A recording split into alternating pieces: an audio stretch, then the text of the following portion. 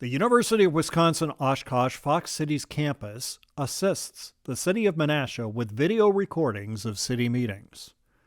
Menasha residents and interested parties can get information about city meetings, meeting agendas, and other documents from the city website, www.cityofmenasha-wi.gov.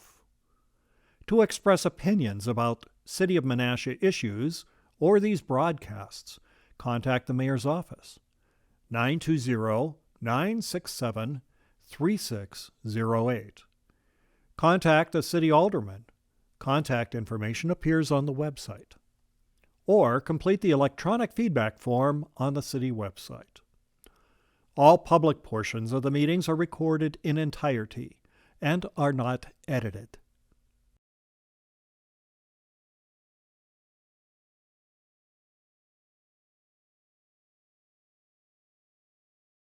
Tuesday, and you may have seen it, you may have read it, and there are some points that I'd like to bring to the full council's attention right now, if I may. So, my name is Walt Albrecht, 1304 Whitman Park Lane. I also sit on the board for the Whitman Park Condo Association. I disapprove of this process, and I agree with Adrian. Not all the I's have been dotted and the T's crossed. We seem to be moving more quickly than necessary through this process. I support the unanimous voice of 14 of our condo owners who submitted letters in opposition to it. And it seems to me that placing that business, a landscaping and snow plowing concern, and one that will be expanding as the narrative in the document suggests, with multiple trucks, heavy trailers, hauled equipment, is abundantly and clearly an improper proposal. Clearly and abundantly an improper proposal. It should not be approved by the council, thus allowing it to be located there adjacent to a high-density residential zone and creating significant adverse impacts. In my note, my next point, I think, is very relevant. I mentioned section 13.1.11b of the City of Menasha Code of Ordinances, in which properties, and I quote, shall have an appearance that will not have an adverse effect upon adjacent properties. Have we really considered that condition? Have we really? Okay. There is an additional condition under the same ordinance, and that is the first one. The use shall be compatible with adjacent land uses so that existing uses will not be depreciated in value, and there will be no deterrence to development of vacant land. Those 2 points, 13.1.11, 1 and 2, are highly relevant for your consideration. So I submit that for this group and our wish to move forward. I thank the opportunity of you allowing me to speak tonight, and Adrian and I both feel firmly opposed to this proposal. It's a good business for Menasha, but the wrong location as proposed. Thank you.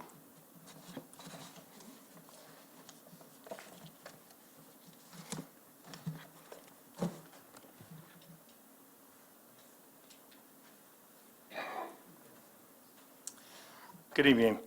I'm Terry Whitman, and I live at W6929 Fire Lane number 4 in Menasha. And I'm the current representative of the Whitman Trust. And I just want to comment, I commented in the April meeting about this is a good fit for our land, and we actually had other offers for the land before that. An example, we had a chiropractor that wanted to build in there, and we just didn't think it was a good fit. And we think Craig's 3D Services is a good fit. Craig is taking baby steps with us. He did a land contract, he gave us $10,000, and he's paying us $1,000 a month, and now he's kind of wants to get going with the building. He wants to start to do a loan. I'm actually surprised by the opposition because we've had this land for sale for 10 years, and there's 42 condo representatives. That's an easy buy as far as I'm concerned. There are 14 total acres back there. We're asking to develop 1.58 of that. And I don't want to be too negative. It's just that, again, Craig is a landscaper. He's not here tonight because he's busy. This is his busy time of the year. And he said something came up. But the building plans, he did all the stuff he's supposed to do for the meetings. In fact, I'm surprised he didn't walk away by now. This is a lot. And I just think it's a good fit, and I look forward to 3D Services buying that land.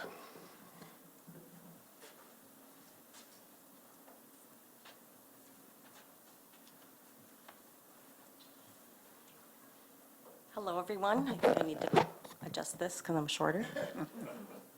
I'm Sue Whitman. I'm one of the Whitmans in the whole property deal. Terry Whitman's family, of course, that's in a trust. They lost their parents. I just recently lost my parents. And a lot of this property, it just needs to be settled because our parents are gone now, and it's time to move on. I remember growing up, and the property that we're talking about that is in question was farmland. And Terry's father, my father, and Clarence was another brother. They all had pumpkin patches, and they grew beautiful, beautiful pumpkins back there.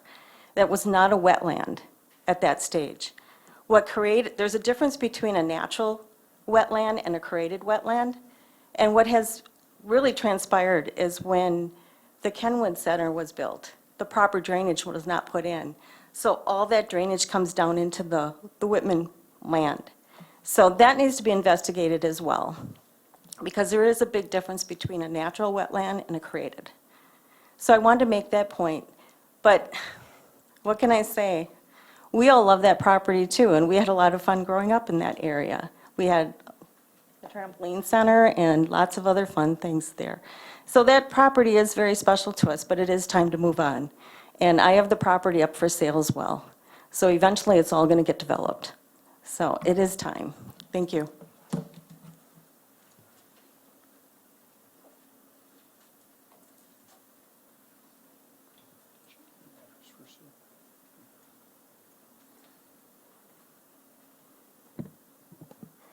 Hello, everyone. My name is Troy Whitman, and I live at 155 Marina Place Apartments, and they're beautiful. Before I begin, I'd just like to give a shout out to our mayor. The other day I was leaving my apartment complex, and he was down digging in the dirt, and he was planting flowers, making the corner just a little bit more beautiful, so thank you. I'd like to thank all the council members. The job you do is amazing and difficult. Whenever you have to work with the public, it's not easy. And I've seen some of the videos, and I know how sometimes people, not tonight, but sometimes people come up here emotionally loaded, and they change this fine venue into a forum for verbal combat. And that's really unfortunate. You know, Einstein once said that there's a difference between genius and stupidity. And he said the difference is genius has its limitations. And so as I share today, I hope I don't fall too far on the other side. I asked to meet, because we're going to build a house. My wife and I are going to build a house in the property right behind the condos. And I sent an email to Adrian and asked if he'd like to meet me. And Adrian and Walt were nice enough to meet me, and they are two fine individuals, and I appreciate them taking the time to come and talk to me. As a matter of fact, Adrian, one of his students, is one of my coworkers at Maplewood Middle School, and she had nothing but nice things to say about her past teacher. As a matter of fact, she became an English teacher because of him. I think that's amazing. But after we talked about what our plans are, and our plans right behind, we're gonna build a mother-in-law suite. My wife's parents are starting to advance in age. They need some assistance, and they're gonna be up on top, and we're gonna be down below. And whatever they need, we'll be right there. So I wanted to meet with Walt, and I wanted to meet with Adrian, just let them know what the plans are. But of course, the conversation then turned to Craig, and I'm gonna tell you exactly what I told them. And, you know, they asked about how I felt about it. Craig Korth is an old student of mine. And Craig Korth, he took care of academics, he was a great athlete, and he had good relationships, healthy relationships with his, fellow students as well as with his teachers. And the best way to determine what someone's gonna do in the future is what they've done in the past. But just to be sure, I took a little drive and I went over to 3D Services, where it's located right now on Racine Street. And I took a look at the property I pulled in. All of the trucks are washed, all the trailers that they pull are washed. They have places that you put in rock, in little alcoves, it's all pushed in, nice and neat. And I think that says a lot about Craig Korth and his character. Now, in addition to that, I talked to Craig and I said, what about the trees and the things that are here? Because I know that's a concern with Walt and Adrian. He's gonna do his very best not to take down any trees. He also said that he's going to be planting a number of trees. And beyond all that, our communities come down to a tax base, and we need to do more in Menasha to build that tax base. And you have to build something or provide a service. It's really that simple. And the beautiful thing about what Craig Korth is doing is he does both. He provides a service that's going to beautify Menasha, the Fox cities, and the greater region. And he also makes things. He creates works of art. And his medium are lawnmowers and rock and soil and plants and good ethics and hard work and universal values of honesty and respect and integrity. And that's something that all of us can be proud of. And so, is it the right place? Is it the right time? I can assure you, with a resounding yes, it is the right time and the right place. Thank you. Is there anyone else who wants to speak this evening?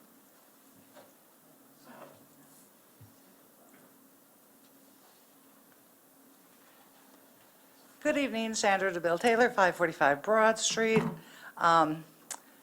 I wanted to wait my turn because I don't have a vested interest in that area, but I've been trying to weigh both sides of it. I understand the owners need to sell the property and the families need to settle the estate. The property has been for sale, they said, for 10 years. Now I'm curious if they marketed it as commercial property those last 10 years, because it was, the town had it zoned R1. We've now changed it to commercial. Commercial property has not been selling. If it was marketed as residential, perhaps it would have sold.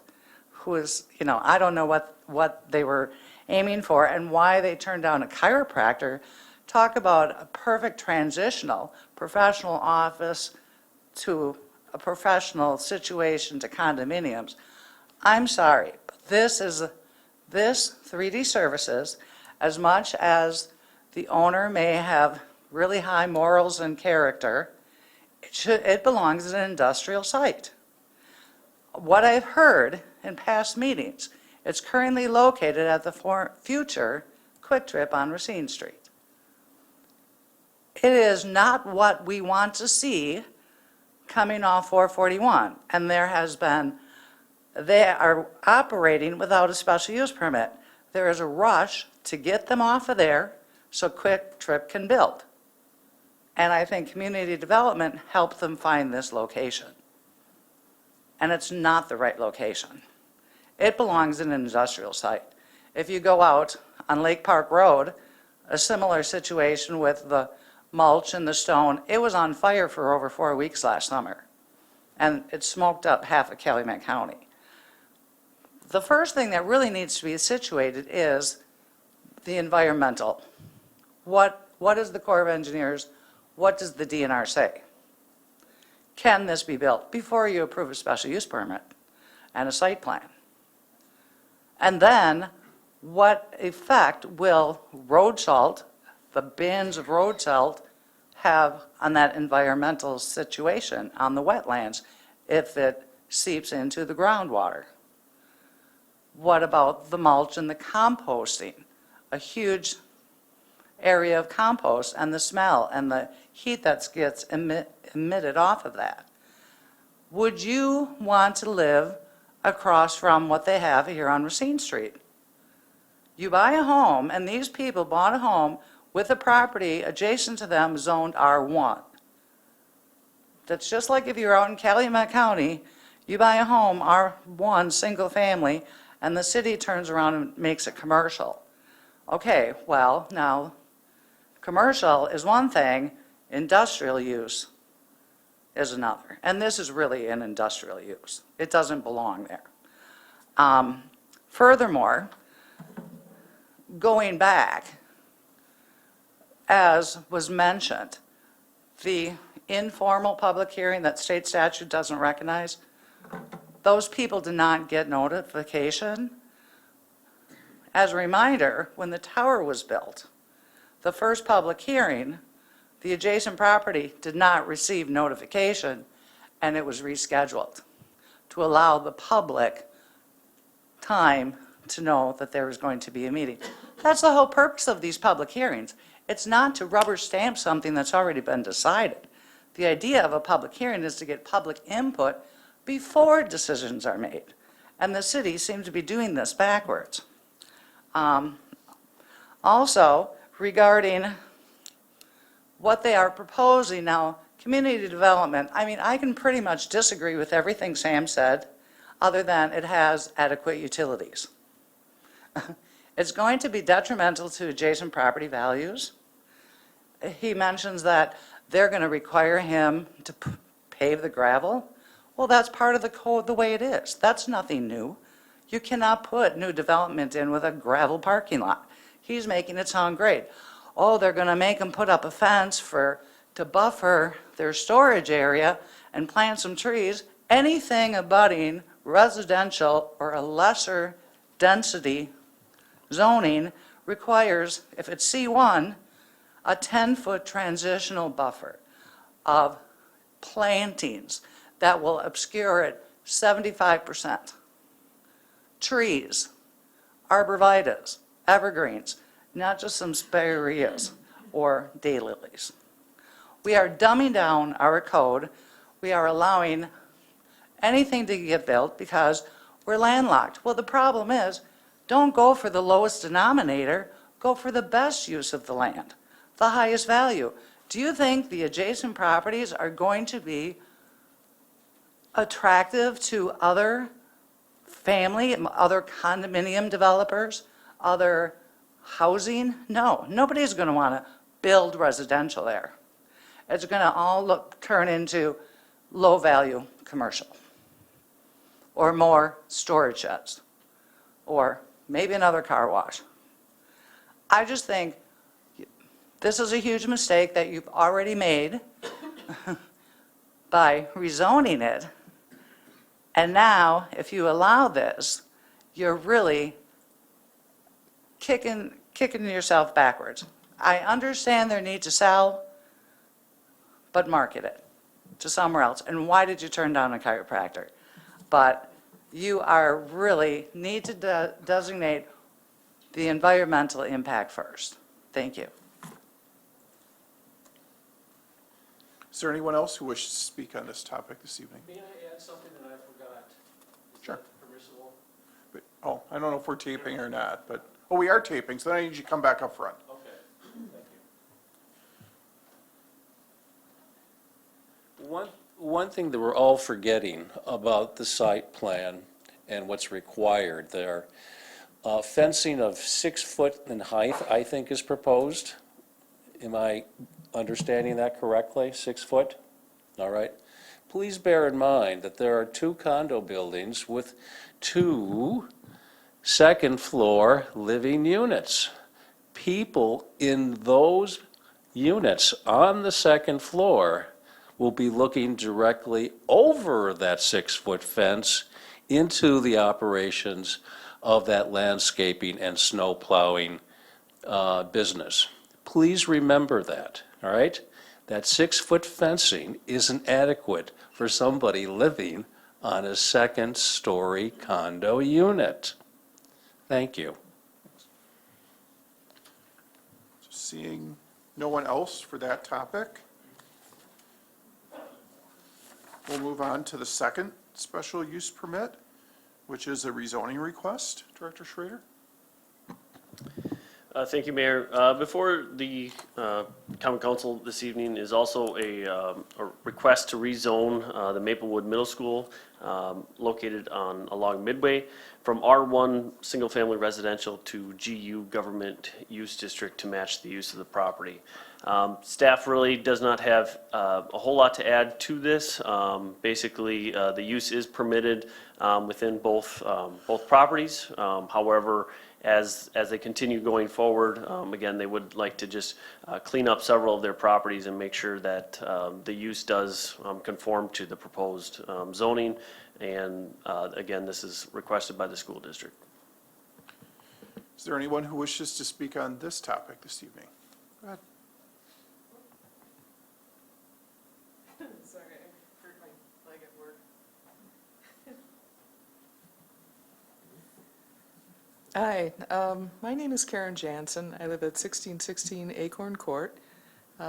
What used to be the town of Menasha actually now is Fox Crossing, but next to Maplewood. And I have been looking, I've seen the proposal, but I haven't found an explanation of why it's wanted or needed. And I I have heard some very eloquent speakers this evening, and I don't hope to be able to stand up to their level of preparedness. Really, I just wanted to come and ask basically 2 questions. I have done some reading on why rezoning might be beneficial, especially for government usage from residential. What comes to mind to me is that it's protecting the property, so that, like, say, the nature center in the back of the property becomes protected and isn't on the plate for development. Another would be funding. If it's government usage versus residential housing, that should open up new avenues for funding for the school, which is also of great benefit. So the first part of my question is, what are the intended benefits of above and beyond usage? Why would you want to do this? And my second question is, how is this going to impact the immediate neighborhood? So that was why I came tonight, to ask those questions. And I don't think we have good answers for you tonight. The school district probably would have better answers for you. And I'm not sure if anyone from the school district was planning on speaking tonight or not, but I would recommend that you reach out to them and talk to them. They are working on some plans to update the middle school, and this is probably part of those plans. I think that's entirely reasonable. Also just keep in mind, in my reading online, some of the other reasons that I found were a little more disturbing. They weren't as positive as extra funding. Some of them were controlling the students who could go to the school. That's happened in other states. I don't know if Wisconsin, anywhere in Wisconsin, would want to be part of something like that. But it's just, it's something that people should investigate and know about and think about before they act. And thank you. Thank you. Thank you for coming. I don't know if Sam really has a lot more information than what I just gave, but if you, Yeah, like the mayor had noted, you know, the Menasha School District is going through large facility considerations right now. This is one of the locations that they're looking at. As part of both processes within both the single family as well as the GU government use, any type of public school, that sort of thing would have to go through a special use permit. So any real major changes, additions or anything like that still would have to go through a very public process where it would follow a similar process where you would get a special use permit or a public hearing notice. So again, I can't answer the exact details other than looking at cleaning the property up and looking at those future facility needs.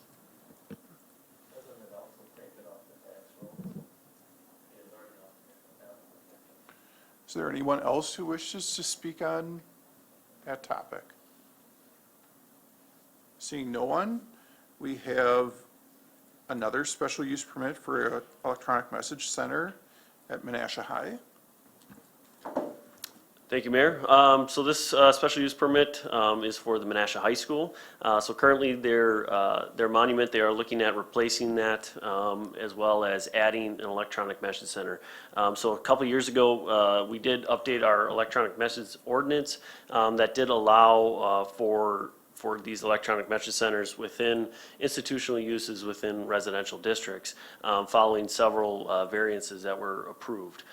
So with that, again, the sign will be basically using the same exact location on the corner of Racine and was that 7th Street, and basically will abide by the rules of being turned off at night, no flashing, no animation.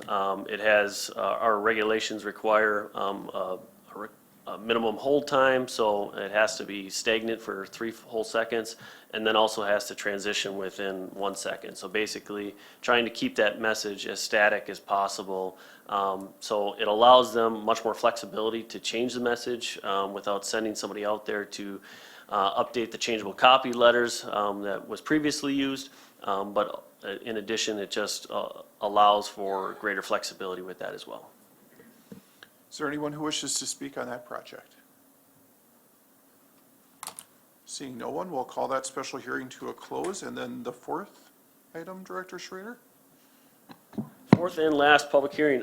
So this is another electronic message center for Covantage Credit Union. So this is the new Covantage Credit Union that's currently under construction just south of the Festival Foods on Oneida Street. Again, this sign is not up, so unlike the high school sign, and they will be constructing that sign as part of the new development. Again, the electronic message center will abide by regulations, and per regulations, it is within 300 feet of a residential area, so that is why the Common Council does require a special use permit for that sign. Is there anyone here for that special use permit hearing?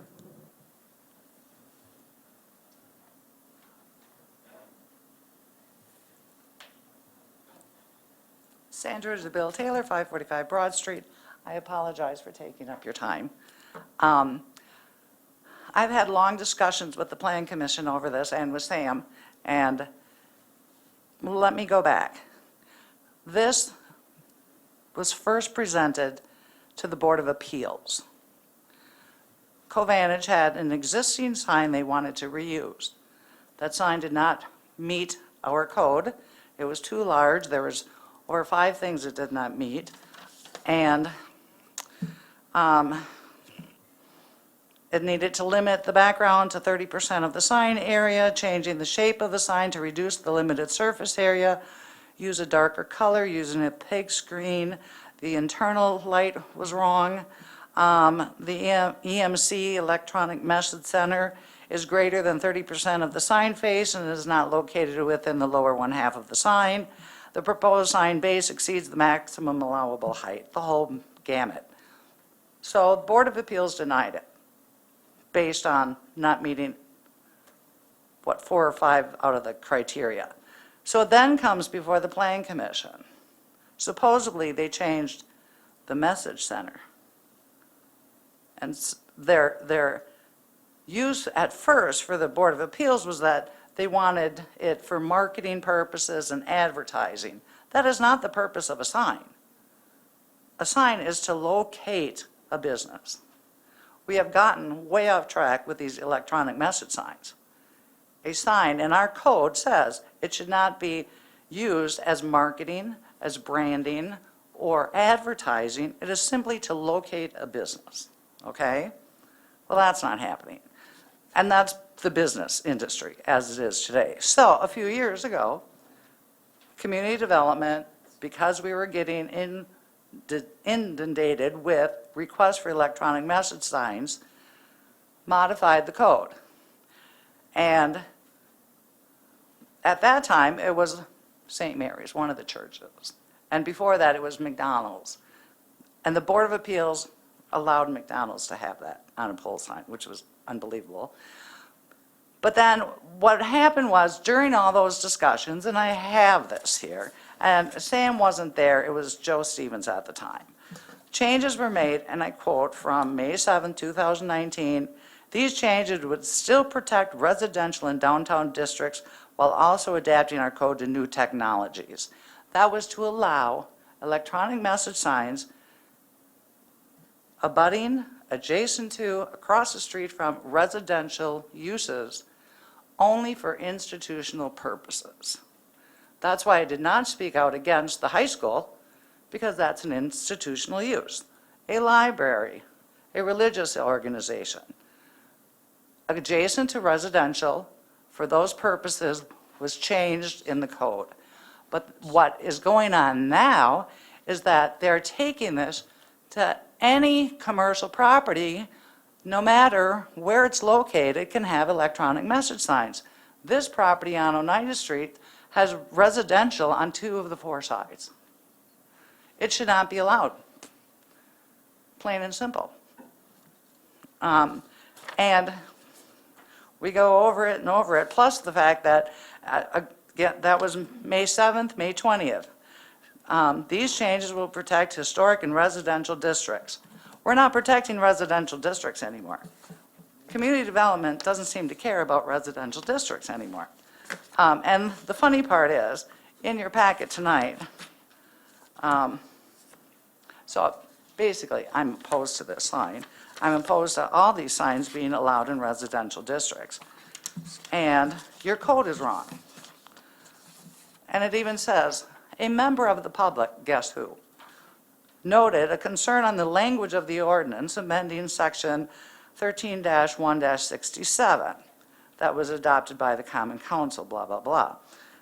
The Plan Commission approved the draft ordinance and some additional modifications. That additional modification was, when it is an EMC in adjacent to a residential district for institutional uses, it has to be off at 9 o'clock.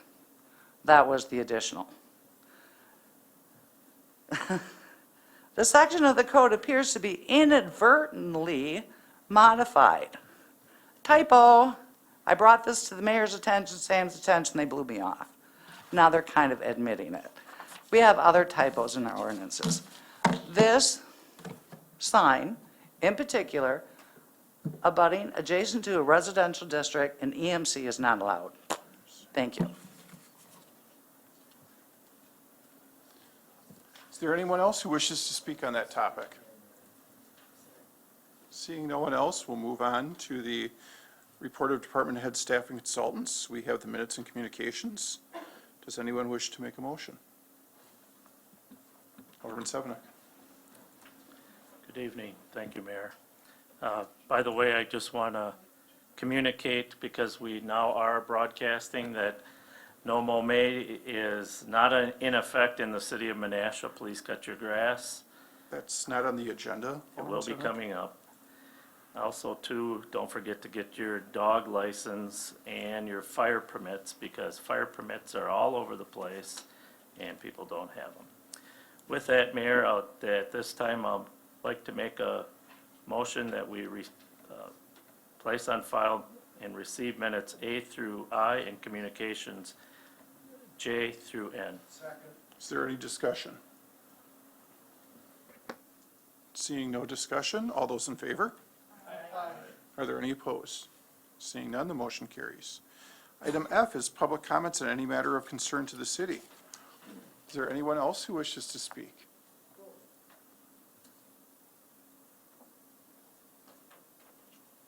No?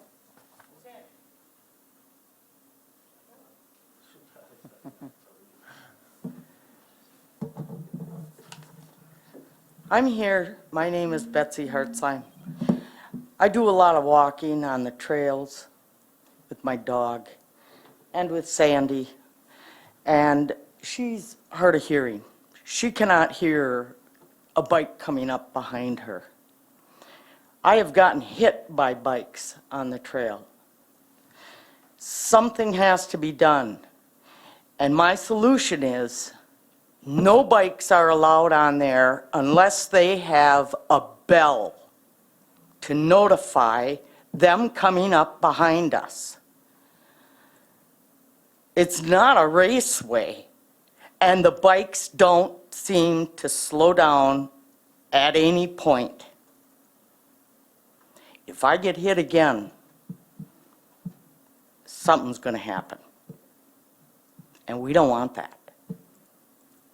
But something's got to be done.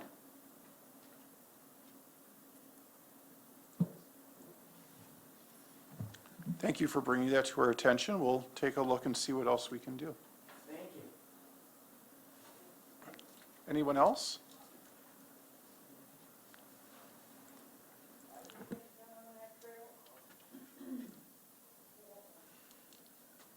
I apologize. I'm probably the person Mr. Whitman referred to earlier. Okay, anyhow, good evening. Sandra DeVille Taylor, 545 Broad Street. First, a few things. I am requesting until the completion of the Racine Street Bridge, there is currently a detour that is taking people First Street to Milwaukee Street, if you're coming from the east side, such as me every day. That corner, we used to years ago have a parking committee, that if someone requested a three-way stop or a yield sign, it went through committee and they analyzed it and did traffic counts and the whole thing. Somehow that evaporated. It almost should come back again. But and I've heard rumors that the bridge is going to be delayed beyond what the schedule is due to supply chain issues. I'm asking for a temporary four-way stop there. There's parking on Milwaukee Street, so it does lead to a blind spot. And I've noticed the last few days, they even put little flags out, to kind of remind people on First to stop. But I'm thinking, because the cars are getting backed up like in front of the police station. I don't know if Chief Stika has noticed it or not, but crossing over is a little bit hairy because there's a lot of traffic coming there now, because everything's coming down Milwaukee from Main Street, because we have no Racine anymore. So that was my first thing. My second thing was, in the last couple packets, a month or so ago, the health department did their annual report. I think last packet, the police department did their report. Very informative, very well documented reports. It's been about a year since Joe Paulzine, our former code enforcement officer, retired, and I would like a report from community development on the status of our code enforcement. How are things going? How many complaints have been issued? How many complaints have been satisfied? How many citations? What has gone through the court system? What aren't we addressing? Because I think we have a problem. But I'd like to see it in writing first. I still think it needs to go back to the police station. So I'm asking for community development to do a report. What's happened, facts and figures, How many complaints came from constituents? How many from staff? How many from our aldermen? What got resolved, what didn't? Just let us know. Okay. Then, in your packet, I got to talk fast, communications update on the Bryn project. It refers to a memo from March 21. I've said it numerous times, that memo is not in the packet. So we keep referring to a disappeared memo. Approving the certified survey map for the former Bonta Publishing and Gilbert Paper Mill. Ironically, because, you know, Sam has to always go by our comprehensive plan. Comprehensive plan does not allow cul-de-sacs. That's a cul-de-sac. Winnebago County Emergency Operation Plan, 308 pages. Did you have a nice weekend reading it? How many read that? Raise your hand. Yeah, I glanced. I saw two things. I noticed that the hazard in the city of Menasha is overhead telephone poles. And we keep putting them up and we're making them bigger. Nothing's going underground. And I noticed that our representative wasn't present. There was no signature. And that agreement actually sounds like an ultimatum. Sign it or you're out. Not a way to do business. Then, really quick, the First Amendment to the Development Agreement for 130 Main. I went to that plan commission too. First of all, I've been arguing about it from day one. They wanted to paint the beautiful brick building. We beg people to build buildings out of brick and natural materials, and we're getting split-face concrete. So they wanted to paint the building. Well, now they've changed their mind. They're not going to paint it, they're going to stain it. The question was asked, what's the manufacturer's warranty? 1 year. 1 year. Why are we allowing this? And then I think we had a little sidebar where maybe a mural and landmarks is going to chip in a few dollars right over here before the meeting. And then on top of it, they want to get their upfront. I'm sorry, I'm speaking. You have all night to talk. They want to have their TIF increment up front. They've scaled down the project. And the landscaping is minuscule. They're going to add a little bit more in the front on the two existing islands. Chute Street is virtually going to have nothing and a little bit of screening because they still don't know what they're going to do with the first floor. But they want upfront money, more, 95% of the increment now. No, we got to start saying no to some of this. This is taxpayer dollars. Thank you.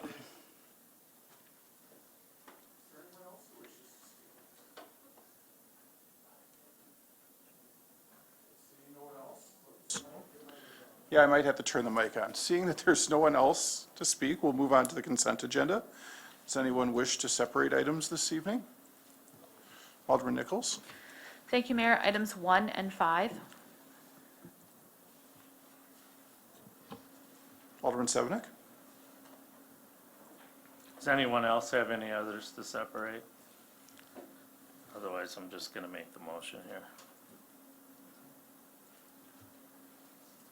We're going to separate them all, so whatever. So I'm going to start with item 1, the Common Council minutes. At this time, I'd like to make a motion that we approve the Common Council minutes of 5/2/22. So motion and a second. Is there any discussion? I do. Go ahead. So again, referencing the no mow may, seeing that it was on this particular document, the city of Menasha voted not to have no mow may in the city of Menasha, and there are signs appearing all over the place, and people are not cutting their grass. And the reason I'm bringing this up is that it more of an educational thing, because you see it in the newspapers or whatever that communities are doing it, but in Neenah Menasha, we are not doing that, and don't get fooled by that or confused by that, and then possibly having the city come to your house, cut your grass, and get placed on your tax rolls, so. Alderman Nichols.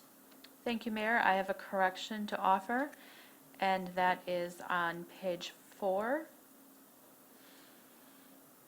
The motion about no mo may, the minutes indicate the motion failed on roll call 2-6, and that I would like that corrected to the motion failed on roll call 3-5. Thank you. Alderman Rapella. Thank you, Mayor. I appreciate what Alderman Sevenick had to say about no mo may. On 3rd Street, on 5th Street, there's a plethora of houses that haven't cut their grass. It's ready to be 7 to 8 inches high. I challenge all the aldermen to go and find 5 houses on your way home tonight or tomorrow and report them to Travis. That is not your job.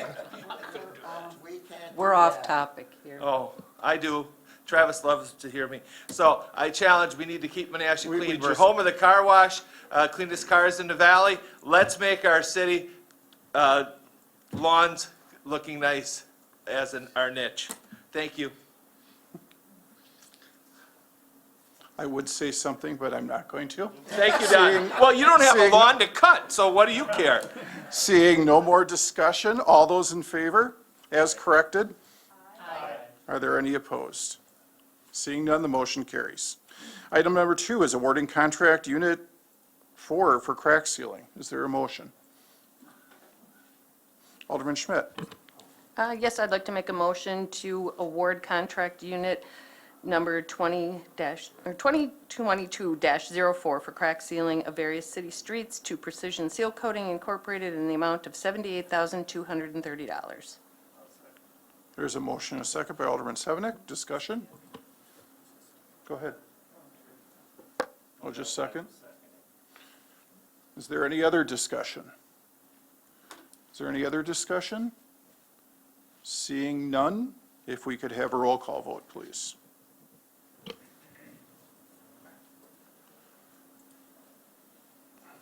Motion carries 8-0. Is there a motion for item 3? Alderman Sevenick? Thank you, Mayor. At this time, I'd like to make a motion to award the 2022 sanitary sewer lining to Visual Sewer, Inc.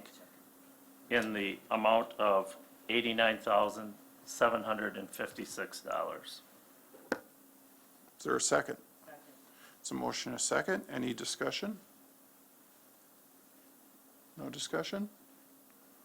Seeing no discussion, all those in favor, we need to have a roll call, please, I'm sorry.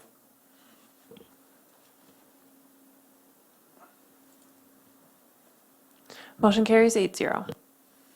Is there a motion for item 4? Alderman Grady.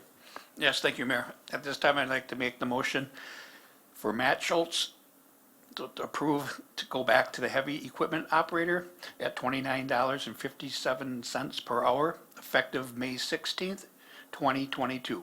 Is there a second? I'll second it. So motion and a second. Any discussion? Alderman Sevenick. Just for the gallery and for the TV again, you'll sometimes wonder why we're not having a lot of discussion on some of the topics. It's because it's already been done in committee, and so we're pretty much familiar unless there was something new that came up. So don't think we're not doing our jobs here. We had plenty of discussion on these matters. Seeing no further discussion, if we could have a roll call vote, please.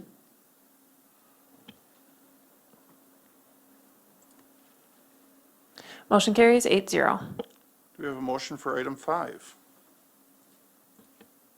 Alderman Schmidt. Yes, I'd like to make a motion to approve the special use permit as presented on Whitman Drive, parcel number 4-00783-23, with the following conditions: that no gravel area yard shall be placed within the premise, as in a C1 zoning district does not allow them, and that B, a fence 6 feet high with screening of at least 75% opacity shall be placed around the outdoor storage area in order to shield the area from neighboring parcels. Is there a second? Second. There's a motion and a second. Discussion? Alderman Rapella. Thank you, Mayor. Sam, I was able to look at the plot map that you provided in our packet, and I noticed that Craig has the dirt piles on the north side of his property. He has the trucks parked on the north side of the property, which they're away from the condos. He has a wooded area with trees or bushes and stuff planted on the south side. So he's kept the trucks away from the condos, which I thought was really good. The wetland area, it'll be almost untouched. He's had some gravel or something that's gonna be put there eventually. They've had it, Whitman's had it for sale for 10 years. The condo owners have kind of known about this. They could have chipped in and bought that property if they wanted the wildlife area. The only concern I had was, and maybe Terry can answer, the chiropractor seemed like it would have been a good fit. Why was that not considered? I don't know if Terry can speak. That's not something that we would discuss at this point. It's not Okay. part of the agenda. Okay, otherwise I think it's a good fit. I'll vote for it.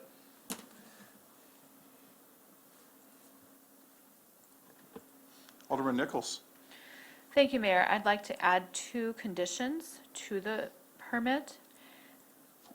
Move to add that no temporary structures be on the property and that there shall be no composting on the property. Director Schrader, do you know what the definition of a temporary structure would be, and how does that fit with our code? We would be able to identify that. Okay. Is there a second for the amendment? No second? Then the motion dies for lack of a second.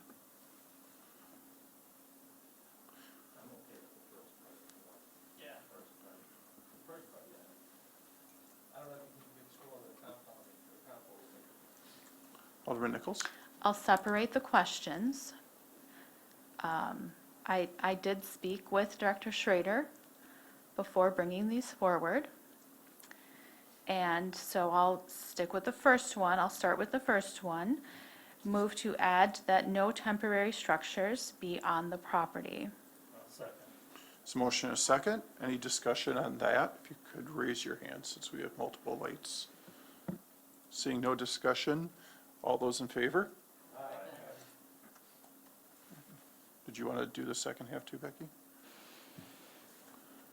And because composting of certain materials can lead to certain odors coming from properties, I move to add the prohibition of composting materials on the property.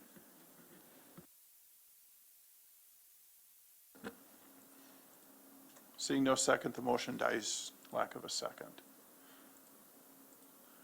Okay, so we have a motion as amended now.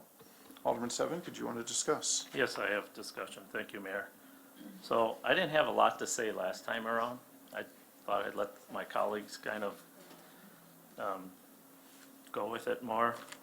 I was on the council when we built the condos, and I didn't think that was a good fit because of the high density. So I don't buy the high density thing. To me, the comprehensive plan, which we should follow, has always said that this would be commercial property. So that's where I come from on that. I also gave myself credit as being an environmentalist at the last meeting. Not without supporting No Mo May. Because that's wrong the way you guys are doing it. There's better ways of doing that. But anyways, I agree with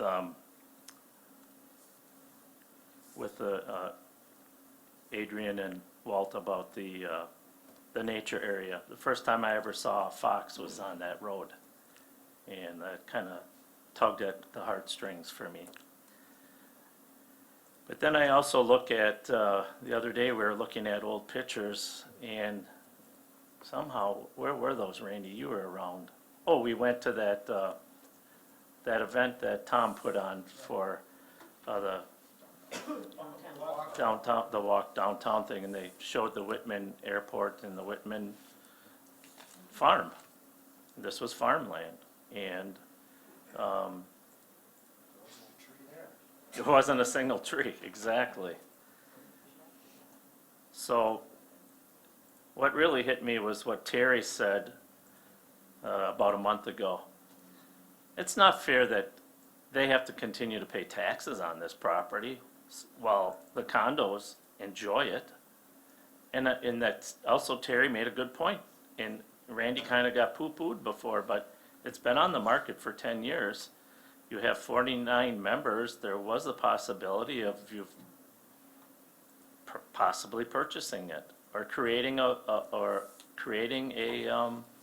environmental area. That was never done. I don't like the fit either.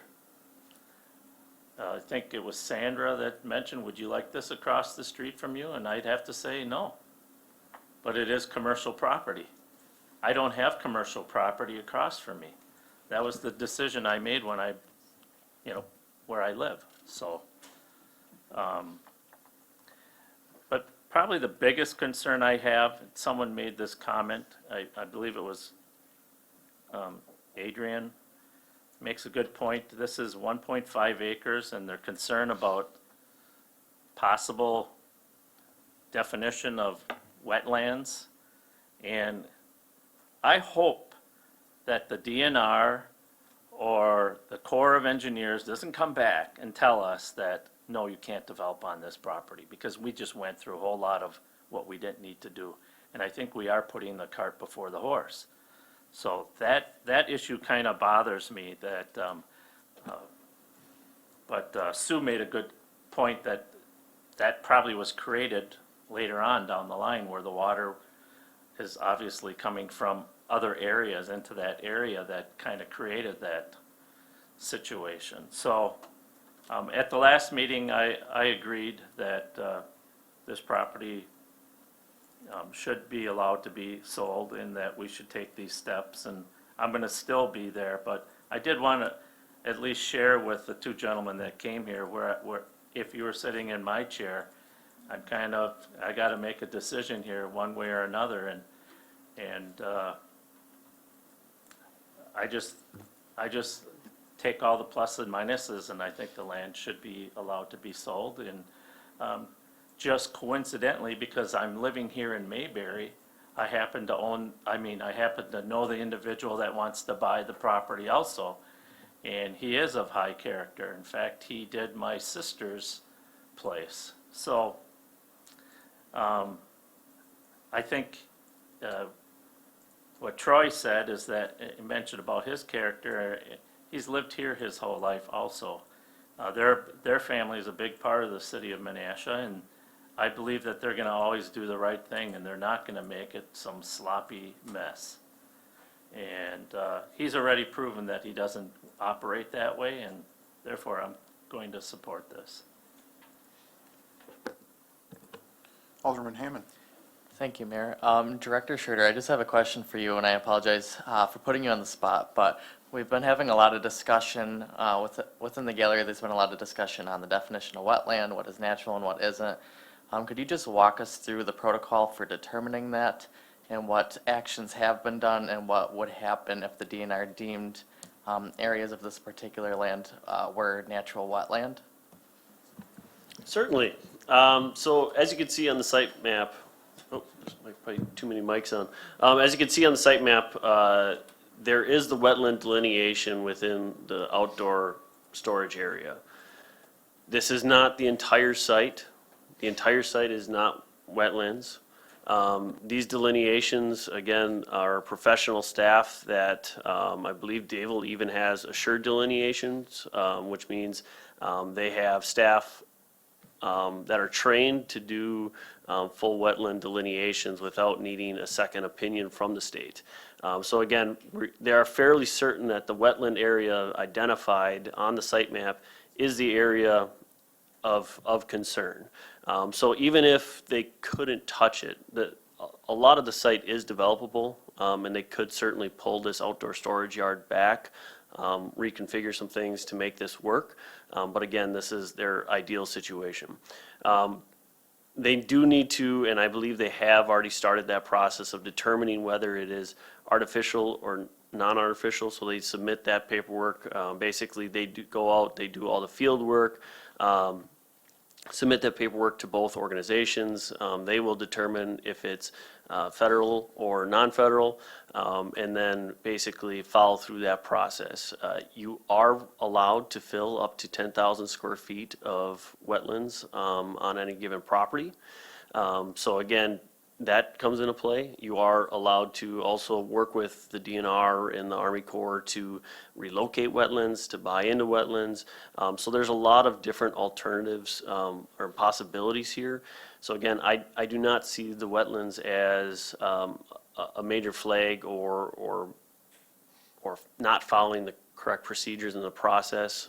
Again, I believe they are going through that process, and they have a good understanding from an engineer standpoint, from a history standpoint of where they feel this is going to land, and decided it's worth moving forward in that process. Okay, thank you very much. That's all I had.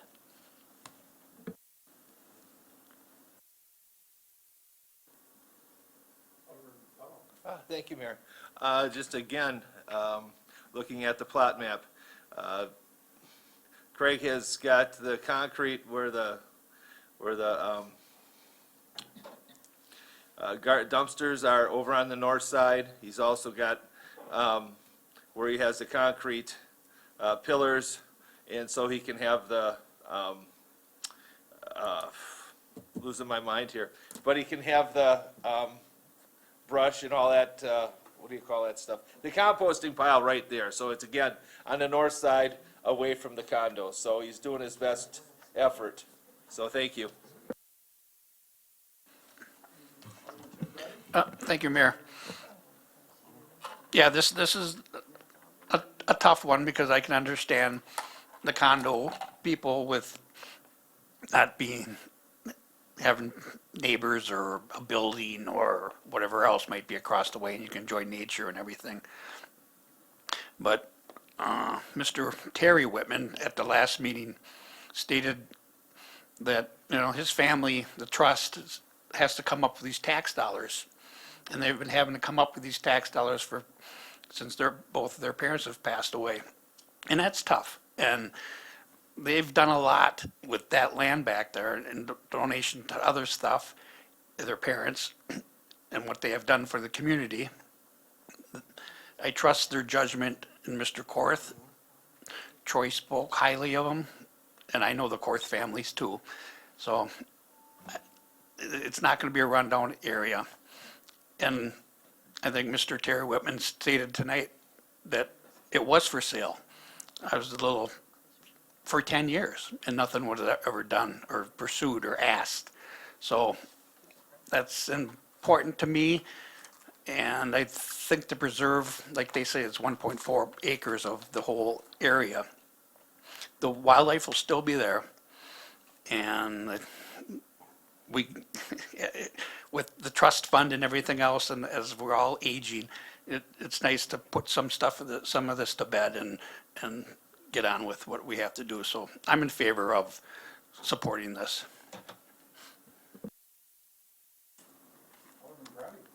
Thank you, Mayor. I've been out on the site twice now, and I went again today because over the weekend everything budded out. It just turned green. And walking that site, there are a third of the trees, the emerald or the ash trees are dead, and it's all invasive buckthorn. That's what that whole property is covered in. An invasive species that we need to eradicate. The landscaping plan that these people have come up with for this project is amazing. When you built the condos, there was nothing there to you landscape. This landscaping plan is it'll take you a few years, but it's going to be, the assortment of trees that they have listed here is over the top, actually. And even looking down the road, I'm surprised you don't complain about looking at the back of the Piggly Wiggly. That's one big eyesore. And some of this is going down the road even further that will help block some of that. I think this is a very good fit, and I commend this whole plan that's come up. Thanks. Is there any more discussion? Seeing none, we have a motion as amended, correct? So we'll take a roll call vote on the motion as amended.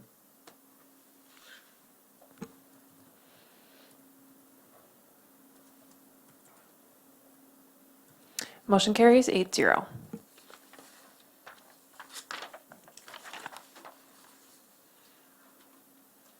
Do we have a motion for item 6? Alderman Schmidt? Yes, I'd like to make a motion to approve the special use permit as presented for the electronic message center on the monument sign for the Menasha High School located at 427th Street, parcel number 1-00568-00 with condition as listed. So motion and a second. Any discussion? Alderman Sevenek.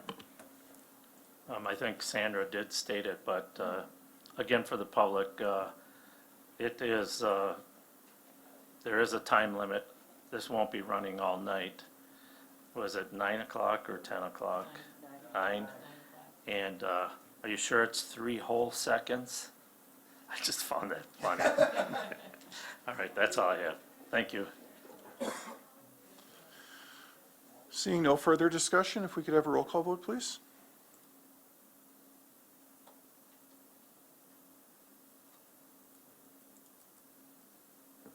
Motion carries 8-0. We have a motion for item 7. Alderman Schmidt?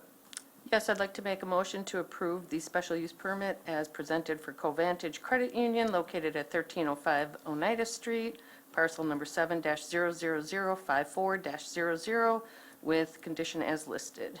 Second. Is there a motion? There's a motion and a second. Is there discussion? No? I did want to clear up some misinformation that was stated during the public comment. EMCs were allowed in the C zoning district always. This is nothing new. In fact, the first one was at Stone Toad, just about 2 properties down the street, directly across the street from residential properties as well.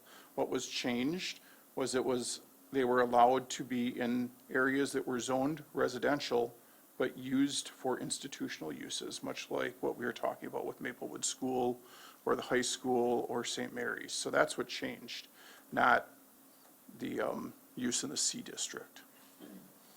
And with that, if there's no further discussion, if we could have a roll call vote, please.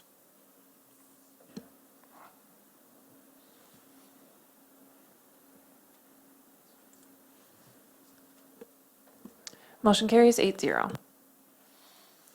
Do we have a motion for item 8? Oh, I'm sorry. Alderman Schmidt? I get them all couldn't quite tonight. see It's your- all the planning committee, yeah.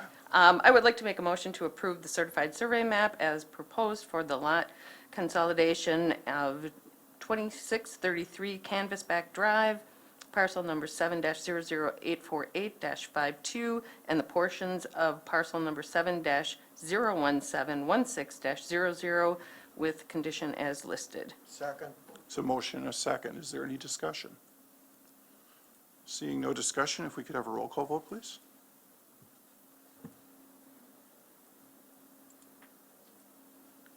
Motion carries 8-0. Do we have a motion for item 9? Alderman Schmidt? Winner, me again. I would like to make a motion to approve the certified survey map as proposed for the former Bonta Publishing and Gilbert Paper Mill sites, reconfiguring parcels number 3-00527-04, 3-00548-02, and 3-0054803. Second. So motion and a second.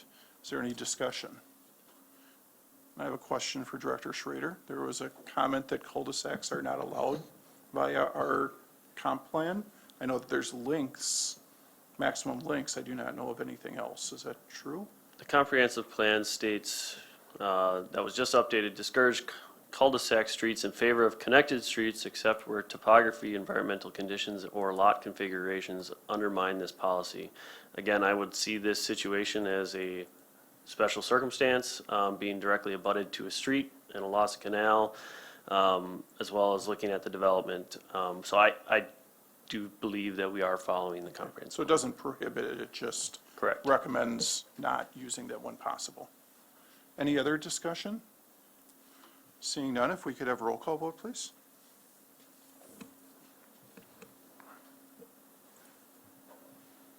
Motion carries 8-0. Item I is action items. The first is the accounts payable and payroll. Alderman Nichols. Thank you, Mayor. I'll move to approve the accounts payable and payroll for the term of April 29th through May 12th, 2022, in the amount of $3,831,575.27. It's a motion and a second. Any discussion? Seeing no discussion, if we could have a roll call vote, please.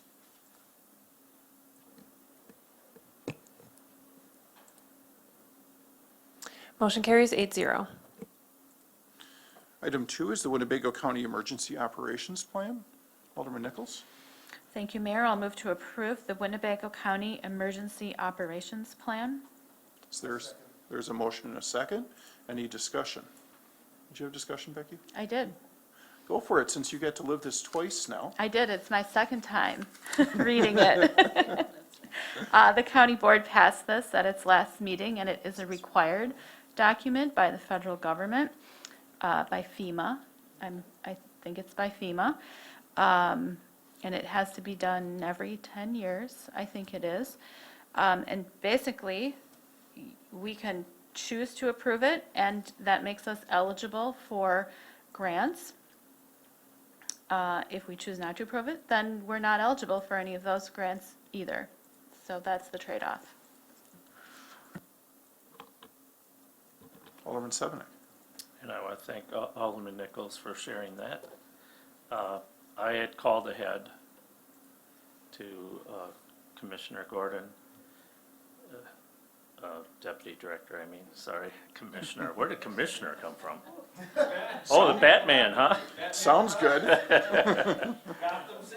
But I asked him, after reading like 30 or 40 pages and starting to doze off, I gave him a call and asked him if it would be okay if he would just give us some highlights, some importances of this document.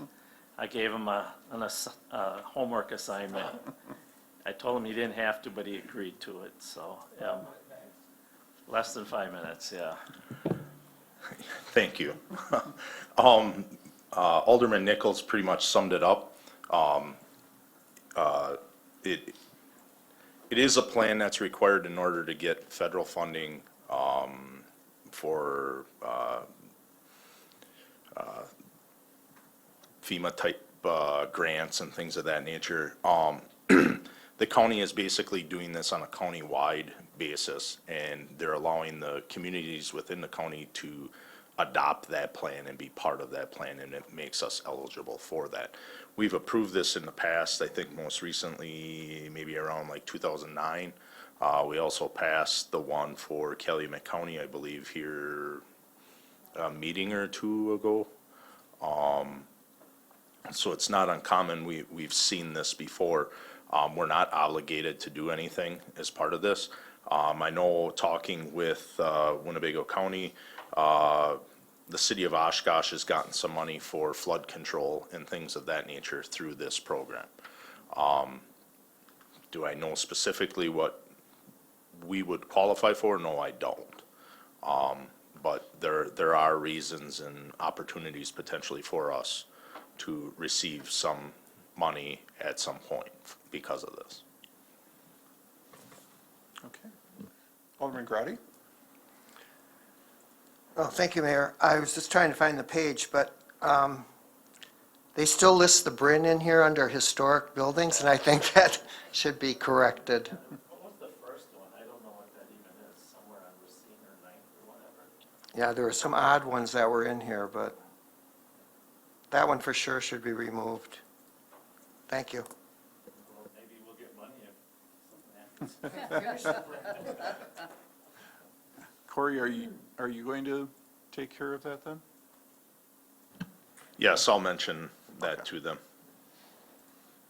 Seeing no further discussion, if we could have a roll call vote, please.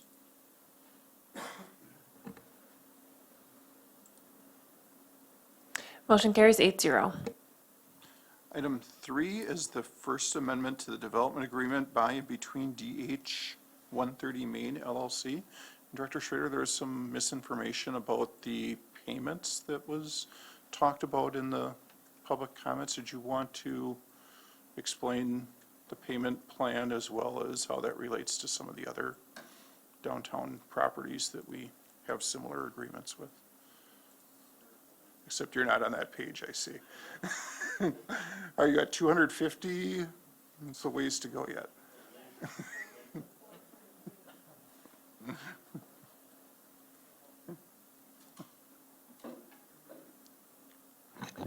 Thank you, Mayor. So in regards to the performance incentive, again, there is no change to the overall incentive amount. So it still would be 20% of that end value or that new increment that is created being that first year.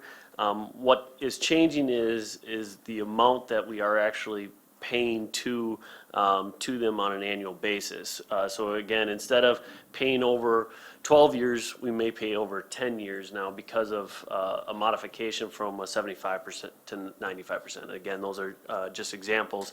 But basically, the total performance payment does not change. The city of Menasha has approved past development incentives from 75% annually to 95%, again, and anywhere in between. So that is a fairly standard procedure. And that's of the increment that they pay each year. So it's only if they pay in $100, they can get $95 back.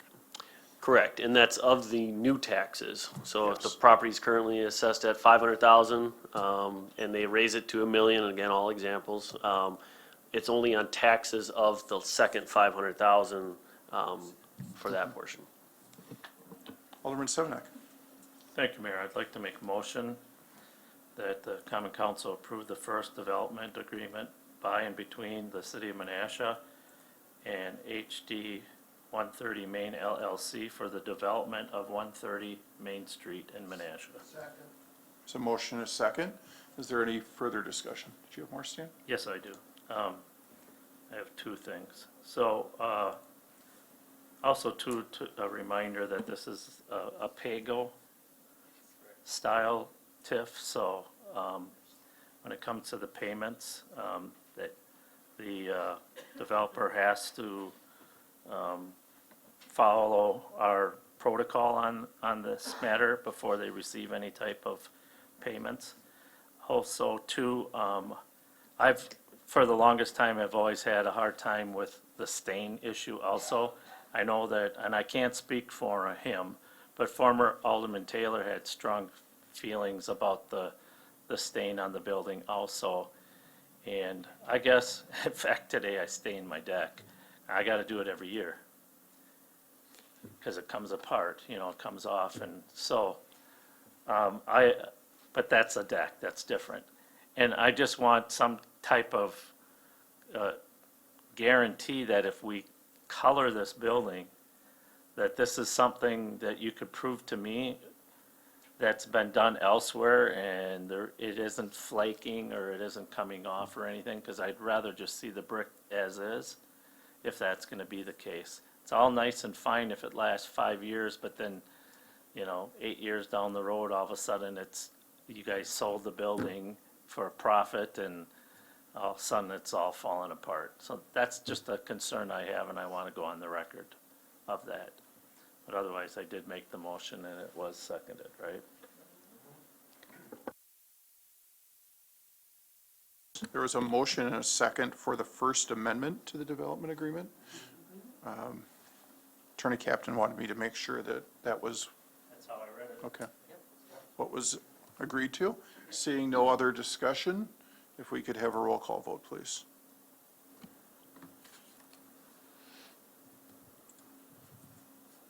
Motion carries 8-0. Wow. Item J is held over business. There are amended common council minutes from 4:19. Do we have a motion? Hopefully they're right this time. Are they right? As far as I know, they I are. know they are. Okay. So thank you, Mayor. At this time, I'll move that we approve the new common council minutes from the past of 4/19/22. There's a second? Second. So motion and a second by Alderman Schmidt. Seeing no discussion, all those in favor? Aye. Any opposed? The motion carries. Item 2 is ordinance 422, and this is the bird scooter ordinance, correct? And this was amended. Alderman Grady. Yeah, I'd like to move that we motion for the 0422 ordinance, appending the Title 12, Chapter 1 of the Code of Ordinances, Park Regulations, introduced by myself. But I'd probably want some clarification Okay. from the city attorney. Is there a second? Second. So motion by Alderman Grady and a second by Alderman Grady. And Alderman Grady, number 1, did you have a question about that then as well? Yes, my question more or less, we had some debate and some, Alderman Nichols brought up some points last time with the emergency vehicles on the trails, and I think the attorney did a good job last time saying, let's just table this and get the ordinance written in a correct manner. So I was just curious as if she has any other comments or anything on this ordinance that gets it better in line. Do you have anything else, Attorney Captain? I have nothing to add. The last time it was before you, you obviously noticed that there were not strike-throughs and underlines. We wanted to make sure that's normally the way that they are presented to the Common Council, and that was not there.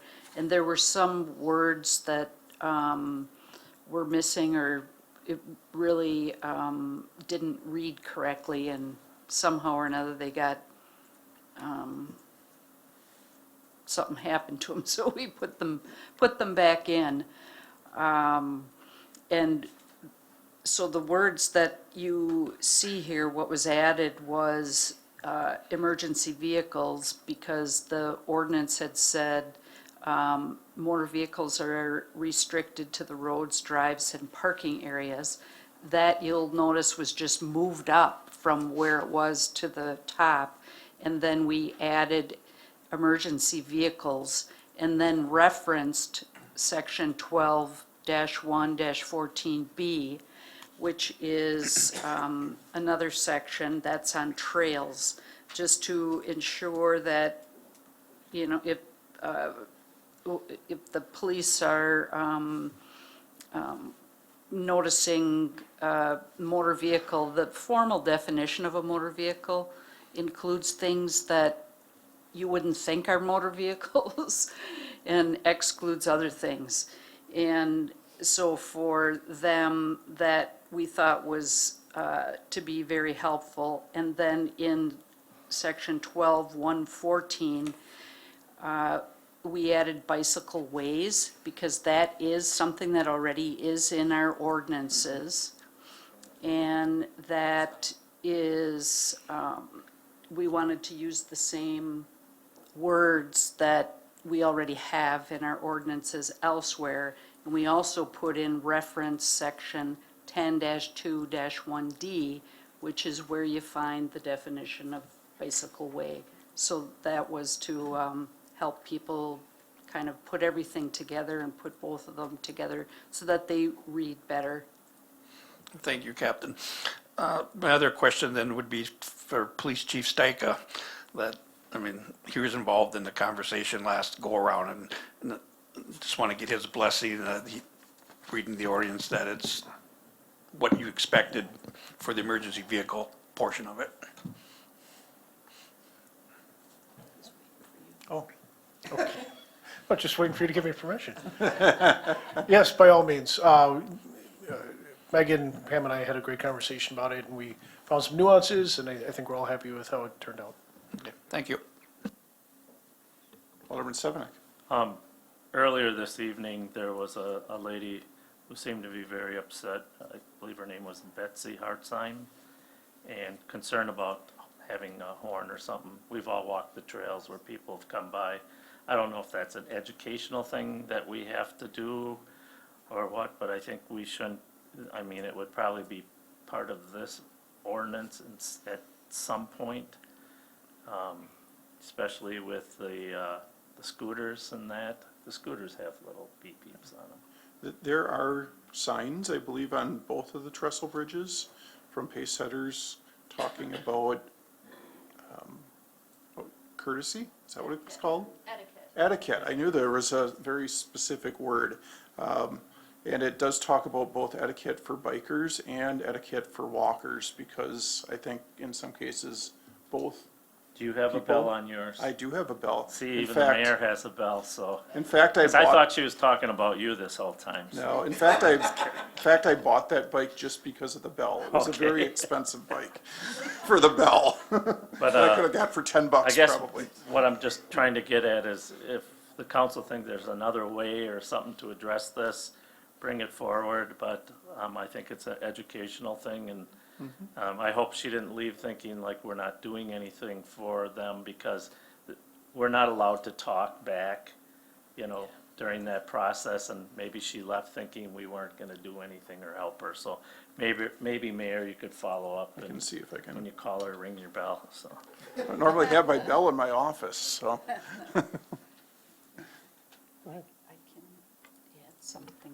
I can add something here that we did in that, you'll notice section 12-114, we added pedestrians have the right-of-way on all trails and bicycle ways, and that was one of the factors taken into consideration, was that you generally have pedestrians, walking along, and so the bikes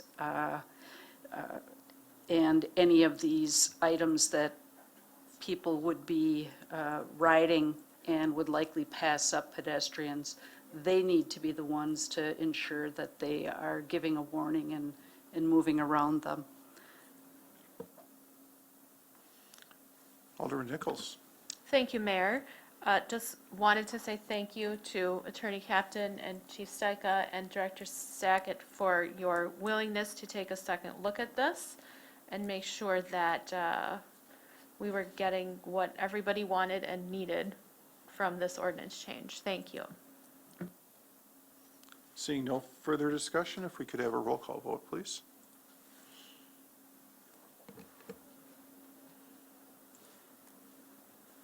Motion carries 8-0. Item K is ordinances and resolutions. Do we have a motion for ordinance 10? Alderman Sevenick? Thank you, Mayor. At this time, I'll move for ordinance 10-22.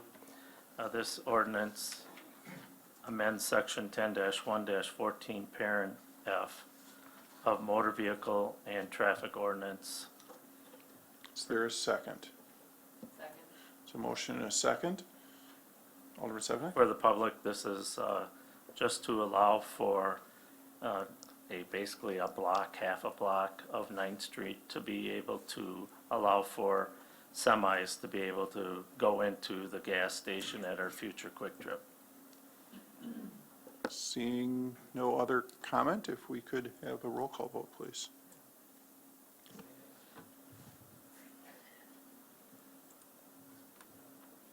Motion carries 8-0. Item 2 is ordinance 11. Do we have a motion? Alderman Schmidt? Yes, I'll make a motion for -0-11-22, an ordinance amending Title 13 by making certain changes to the district of parcel number 6-01262-02 from R1 Single Family Resident District to GU Government Use District, introduced by myself with the recommendation of the Plan Commission. Second. There's a motion and a second. Is there any discussion? Seeing no discussion, if we could have a roll call vote, please.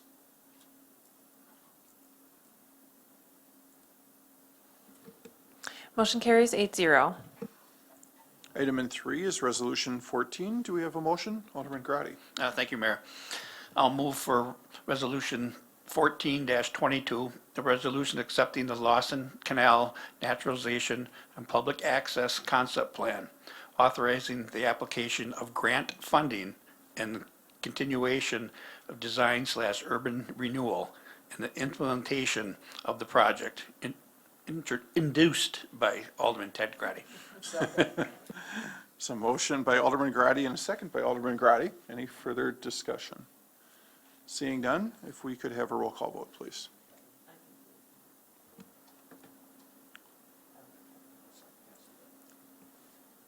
Motion carries 8-0. Item L is appointments. Is there a motion for the Plan Commission appointment? Alderman Schmidt. Yes, I would like to make a motion to accept the mayor's reappointment of Kevin Benner to the Plan Commission for the term of 5/16/22 through 5/1/25. Second. So motion and a second. Any discussion? Seeing none, all those in favor? Aye. Are there any opposed?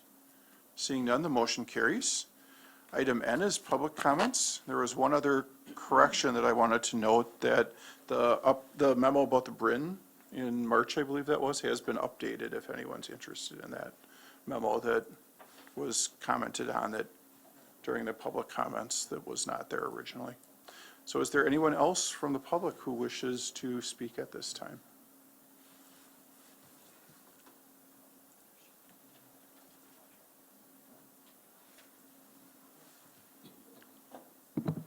Sandra DeBille Taylor, 545 Broad Street. I'll go backwards.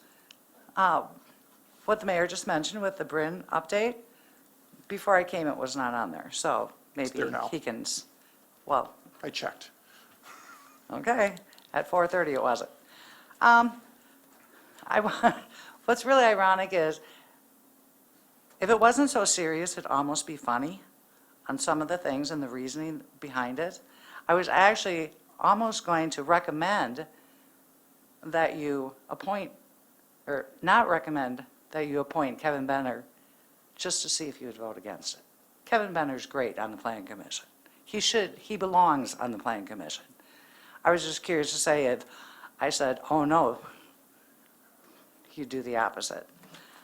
Some of the reasoning that has been used up here, the comp plan, it's a special circumstance. The mayor, comments I make, misrepresentations. And 9 times out of 10, I'm proven right. He didn't know Stone Toad. I'm the one that referred him to Stone Toad. The other thing I wanted to mention was, going back, I can't help but go back to this Whitman area.